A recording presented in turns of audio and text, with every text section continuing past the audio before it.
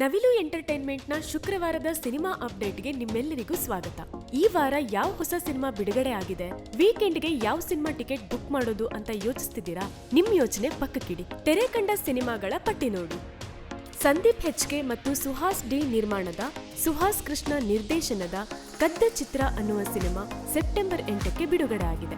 ವಿಜಯ್ ರಾಘವೇಂದ್ರ, ನಮ್ರತಾ ಸುರೇಂದ್ರನಾಥ್, ರಘು ಶಿವಮೊಗ್ಗ, ಬಾಲಾಜಿ ಮನೋಹರ್ ಹಾಗೂ ಬಾಲ ಪ್ರತಿಭೆ ಆರಾಧ್ಯ ಈ ಚಿತ್ರದ ಪ್ರಮುಖ ಪಾತ್ರಗಳಲ್ಲಿದ್ದಾರೆ.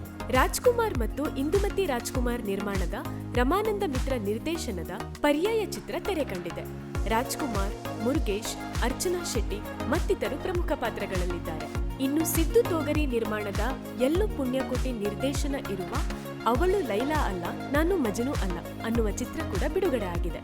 ಅಜಯ್ ಕುಮಾರ್ ತೋಗರಿ, ನಿಹಾರಿಕಾ ರಾವ್, ಅಶ್ವಿನಿ ಕಟ್ಟಿಮನಿ ಹಾಗೂ ಕರಿಸುಬ್ಬು ಅವರು ಚಿತ್ರದ ಮುಖ್ಯ ಪಾತ್ರಗಳಲ್ಲಿದ್ದಾರೆ. ನೀವು ಮನೆ ಮಂದಿಯ ಜೊತೆ ಈ ಸಿನಿಮಾಗಳನ್ನ ನೋಡಿ ಸಿನಿಮಾ ಹೇಗಿತ್ತು ಅಂತ ನಮಗೆ ಕಮೆಂಟ್ಸ್ನಲ್ಲಿ ತಿಳಿಸಿ. ನಿಮ್ಮ ವೀಕೆಂಡ್ ಮಜವಾಗಿರಲಿ.